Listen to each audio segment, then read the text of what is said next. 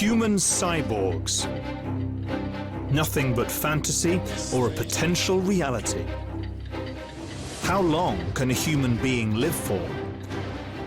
For thousands of years, people sought to find an elixir of eternal life to halt nature's ticking clock. The subject has returned to the stage once more in the 21st century. This time, scientific laboratories are joining the hunt. But instead of seeking a fountain of youth, they are focusing on the power of technology to achieve immortality.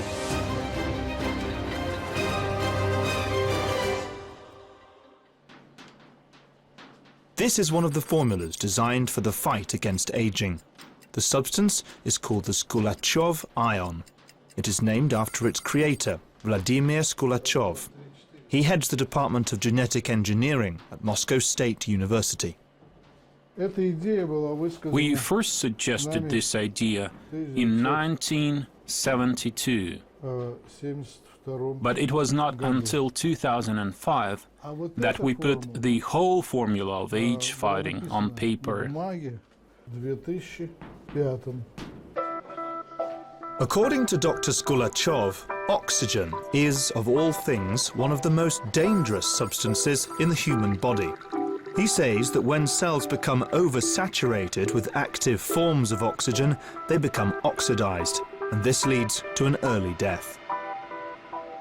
The body produces poisons. One of the most malicious poisons is generated at the heart of each cell, in the mitochondria. On the one hand, they supply the body with energy. On the other, they gradually kill us. The older we are, the more poison we have in our bodies in the form of free radicals. Some time ago, Maxim's father came to the conclusion that there is a mechanism which makes cells age. He theorizes that a new biological process is set in motion immediately after a mother gives birth. This process makes the body destroy itself. Given that aging is programmed, it can be stopped like any other program. In that case, ailments characteristic of old age will be nipped in the bud. We won't age. This unique footage taken by a digital microscope reveals the nature of human mortality. In the second minute of the video, a sudden flash marks out a dying cell, setting off a chain reaction that kills off nearby cells. A death signal is received by neighboring cells in this experiment. They realize that the cell died only a moment ago. Its death was not accidental, rather it was the result of a process. The signal went right across this tiny island of cells. It's really quite an unusual sight. Dying of old age was uncommon in ancient times. People would usually fall victim to wild beasts or their enemies. But later, people came to believe that immortality could be found in faraway lands. The Arab scientist Ibn Battuta learned about a fountain of youth in China. Alexander the Great believed that it was in India. One theory claims that the real reason he undertook his famous campaign in the Indian subcontinent was to look for the waters of life. Abkhazia is a republic on the southeastern coast of the Black Sea. In Soviet times, many people here lived to 100 or more. More than 270 centenarians lived here in the mid-20th century. There was even a choir composed solely out of the very elderly in the republic. Only those between 70 to 100 years of age were allowed to join. The choir mostly sang old Abkhazian songs to the accompaniment of traditional instruments. Now the choir's members are younger than the previous generation.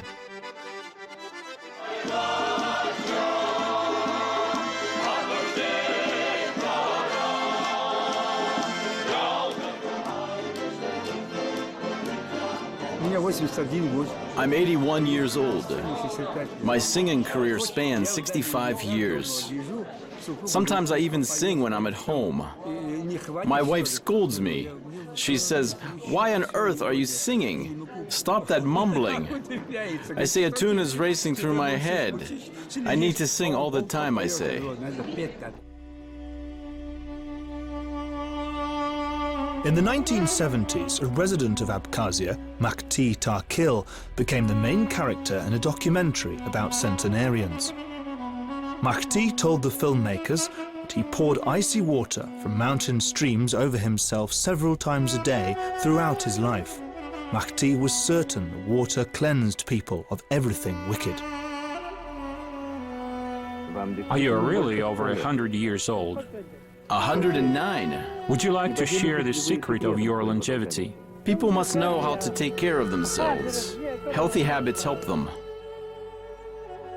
To demonstrate that a 109-year-old Abkhazian is just as capable as the youngsters, Mahdi Takil mounted a horse unassisted as the camera crew looked on.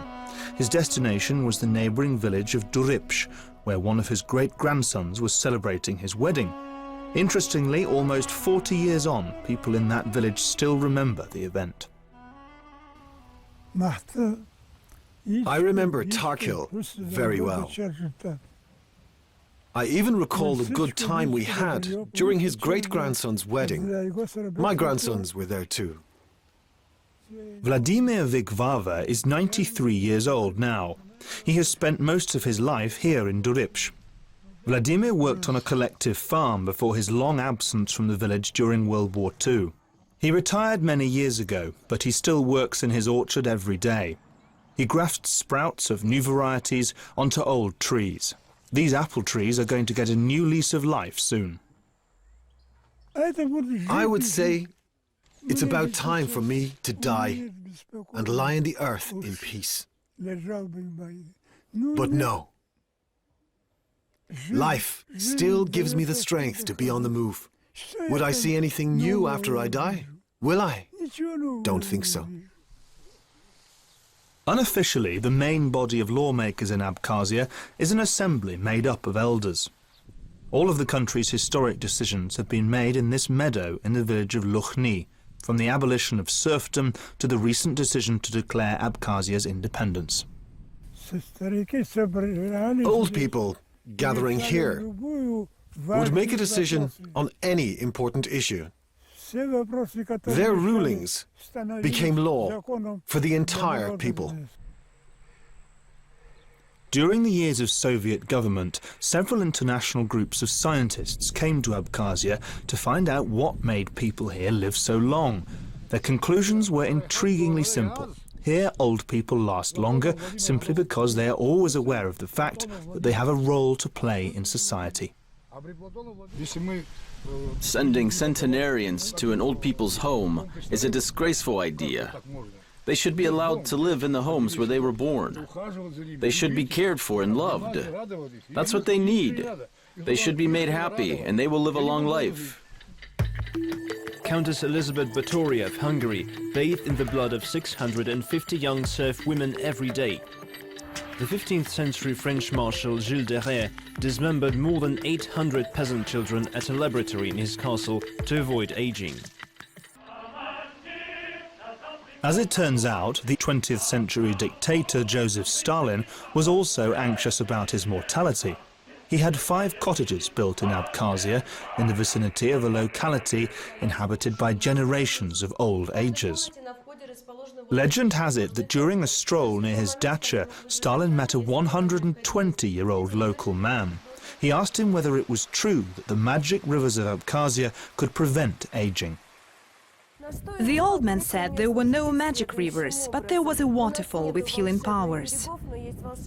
That prompted Stalin to visit the waterfall each morning. He washed there and drank some water.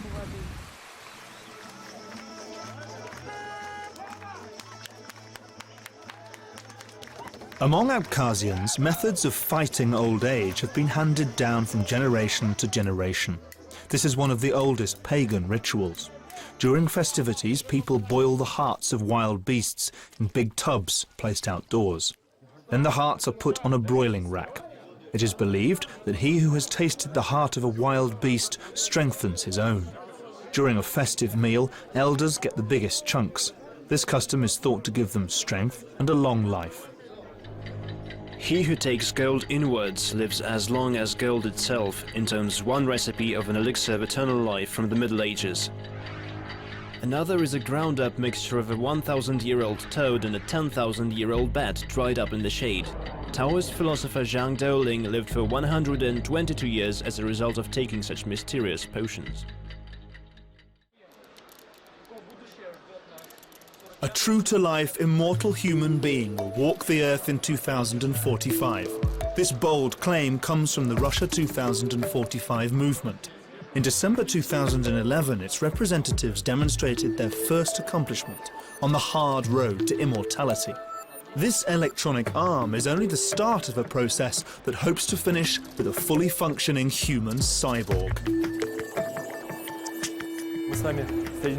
We will meet again in 5 years' time. My double will be here, but I'll be in another room or at home.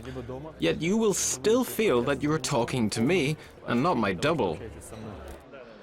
Dmitry Itskov does not put his hopes in such dreams. Instead, as a successful businessman, he has gathered many scientists, doctors, and inventors. Their chief goal is to create the perfect body and to give it the soul and consciousness of a human being. We hope that at some point we just have to perform a painless transfer of the mind. The person falls asleep and wakes up in another body where he feels just as comfortable. Dmitry Iskov was inspired by the Hollywood film Surrogates. It shows the possibility of creating a human double, a surrogate cyborg controlled by the force of thought and imagination. That would be done without leaving one's home. Computers and computer intelligence exceeds human intelligence. And then what happens? And that's sort of perhaps more the Terminator scenario. You know, what happens when the machines become self-aware enough to realize, hey, we don't need these people. And in fact, these people are kind of screwing up the planet. Surrogates begins with a laboratory creating a replica of a human controlled by the human mind. The surrogates of the future cannot be distinguished from their human counterparts, but it's obvious that the first surrogates are a combination of man and machine. Kevin Warwick has volunteered to be a human cyborg. First implant that I had, I've got a, here we go, this is show you what it looked like. So this was the first implant. That's radio frequency identification device, and that was implanted in my left arm, just up here, so pushed in at that point. And what we used this for was simply, as I moved around my building here in Reading, in England, the computer knew where I was at particular points. So it opened doors for me and switched on lights and said hello. And having studied the experiences of those who use cybernetic limbs, Warwick agreed to more surgery. This time, a more sophisticated chip will be implanted into his arm's nervous tissue. Operation starts at 8:30. A little bit nervous, but I think much more than that, a lot more excited than anything else. I really feel what we're doing now is a little bit dangerous, but it's actually doing some science, and we're actually going to change the way people think. The operation lasted for several hours. Warwick was worried about whether the new device would be rejected by his body, but the surgery was successful. As a result, the scientist could subject himself to more experimentation. One of the experiments I did was to drive a wheelchair around just from my neural signals. So it's the sort of thing that a paralyzed person could drive themselves in a car just by thinking about moving, if you like. Robin F. Ekenstam, a Swede, lost his right arm a few years ago. It was he who was the first patient to test an experimental device called the Smart Hand. Scientists connected more than 40 sensors from this artificial device to his arm. They enable him to move his bionic hand and feel the touch of objects. That pressure signal can be transposed to specific areas of the skin of the remaining hand. And if you find the right spots to stimulate, we know that also the correct areas of the brain cortex will be activated. It took Robin only 1 day of training to learn to control the artificial limb as he would his own arm. To start with, he made the device stimulate the movements of his other hand. Later, he learned how to get it to perform operations on its own. More importantly, Robin even recalled how it felt when he touched something. Now I can give orders from my brain to my body, which I haven't done in years. When you can control your movements, it's great. I haven't felt like this for a long time. When I take something and I can feel it, it is so weird because I don't have a real hand, but the fact that I can feel it again, it's indescribable. Meanwhile, Kevin Warwick, the volunteer cyborg, has undertaken an even more ambitious task. This time, a symbiosis of living organisms and robotics. The experiment was based on the neurons of a rabbit brain. They were grown in a special incubator. The result was a mini brain consisting of a network of neurons fused together. Finally, the miniature brain was connected to a robot. Now the robot's brain is learning to solve simple tasks. As the robot moves around, we can look at what's happening in the brain under the microscope. So as the robot learns to avoid obstacles, that sort of thing, we can see how the brain changes, that the connections between the neurons strengthen or weaken. Reactions to such experiments vary from country to country. Lifestyles have not changed in Abkhazia's regions traditionally inhabited by long livers. The old men believe you can't live a long life unless you stick to the right lifestyle. They view any attempts at immortality based on combining man with machine with open hostility. They seem to be set on compelling people to stop being human. It's a dangerous idea. People will no longer have the capacity for love, compassion, or charity. They will lose the ability to love their neighbors. This will be a dead end for the human race. The Count of Saint-Germain at the court of King Louis XV is said to have helped Marquise de Pompadour look like a young beauty for as long as she lived. Old aristocrats claimed that the Count didn't age at all during the half-century that they knew him. The Count died in 1784. Others say people saw him in Venice in 1938, nearly 150 years later. In the Soviet Union, there were secret laboratories in the country's major cities. Their research focused on ways of enhancing people's stamina for a global war effort. It was primarily aimed at naval officers manning nuclear-powered submarines. How much more potential does the human body have? The answer is about 40%. Protein synthesis can be increased precisely by 40%. Human life too can be extended by 40%. That's what we are concerned with. However, Soviet gerontologists failed to find a solution to a crucial problem.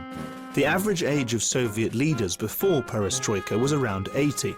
Doctors could help keep their kidneys and livers in order, but their old brains were incapable of generating fresh ideas. The bad thing about the Soviet Union was that its ruling body, the Politburo, consisted of people who had gone senile. Individually, they were smart people in their younger days, but when you have a group of 80-year-olds getting together, it's really not a productive thing. Scientific fiction has already described cases of the brain living on after the body's death. An adaptation of Professor Dowell's Head, a novel by the Russian author Alexander Belyaev, has been screened many times. He wrote it in St. Petersburg, city where the Institute of the Human Brain was opened some time later. Scientists there have developed methods of restoring functions of part of the brain after accidents or serious disease. But so far they're unable to get the brain of an aging person to generate the sort of ideas that they produced at a younger age. Mathematicians and physicists normally have a field day before their 35th birthday or thereabouts. I can't recall a single significant piece of research done by anyone older than that. The only exception is Newton. He published his famous Optics when he was 70 years old. But, in fact, he wrote it 40 years beforehand, and I just shelved it until then. However, today there are very few 30-year-olds among scientists championing the idea of life extension. Aubrey de Grey, one of the principal ideologists of the theory, will soon be 50 years old. Some time ago, he singled out 7 key elements of the aging process and formulated methods of remedying them. He maintains that human life could be significantly prolonged if so-called intracellular rubbish is removed from the body. Repair is all about unlinking this process from this process.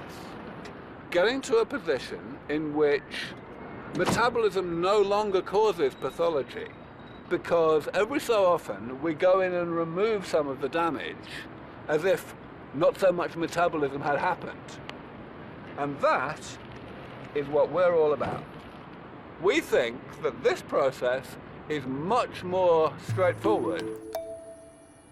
De Grey is confident that human life could be extended to 1,000 years, but step-by-step measures are necessary to prolong life with the help of restorative medicine. The best way to think about it is by analogy with simple man-made machines, so cars or aeroplanes or whatever. We know that a car is built typically to last only maybe 10 or 15 years. But we also know that cars like that sometimes last a lot longer, sometimes 50 years, sometimes 100 years. And the reason they last so long when they do is because, for whatever reason, their owners fell in love with them, and they did an unusually comprehensive job of maintaining them, doing periodic preventative repair and maintenance to keep them in tip-top condition. According to the Bible, people before the Great Flood normally lived for several hundred years. Adam, the first man on earth, and his son Seth survived for over 900 years. The man with the greatest lifespan was Methuselah, one of the forefathers of mankind. I have talked with theologians as part of my study of the subject. Some say it's a matter of chronology. According to a different chronology, it's 90 rather than 900 years. There are also other theories. Some physicists go so far as to claim that a better concentration of oxygen in the air before the Great Flood may have been responsible for longer lives. The laboratory of Moscow State University is designed to fight aging. Scientists experiment with a wide range of animals, trying to boost their lifespans. They study the effects of new medications on both the organs and the entire organism. One experiment aims to make the eyes of these rabbits remain healthy, but one of the most spectacular results has been achieved by administering special drops to rats. They have been named after the founder of the Department of Bioengineering, Dr. Skolachov. When the rats begin aging, their condition is in stark contrast to that of rats of the same age. The rats that were about to set out on the journey to the other world could no longer move. They were in the final stage of aging. But there were other rats of the same age who had been fed on our medication and drinking water. They were still quite agile. They had not lost interest in life. These rats lived much longer than the control group. As well as their current research, the scientists test their findings on themselves. Dr. Skolachov has even rid himself of several deep-seated ailments affecting his eyesight. However, those are only the first steps in a budding area of science. The crux of the problem is that scientists will have to find ways of cancelling the body's process responsible for aging. Like physicists in France, for example, are not allowed to experiment with perpetual motion machines. Pharmacologists, likewise, are not supposed to look for a cure-all. But if we succeed in cancelling the aging program, we should be able to slow down all diseases resulting from aging. Scientists wanting to find a way of extending human life are often seen as quacks. Vladimir Skolachov and his 4 sons hope that in 4 or 5 years' time they will be able to cancel or at least slow down our body's natural aging process. What is at stake is the scientific authority of an entire dynasty of microbiologists. If I was doing research into immortality single-handed, I would be in a terrible rush. But I'm happy to know that at least one of these 4 guys here will carry on the work, and I'm happy. Is it at all possible to cancel the aging process right after birth? Are scientists on the right track? And whose theories of what could be done to make people stay young longer will replenish the list of human illusions and dashed hopes?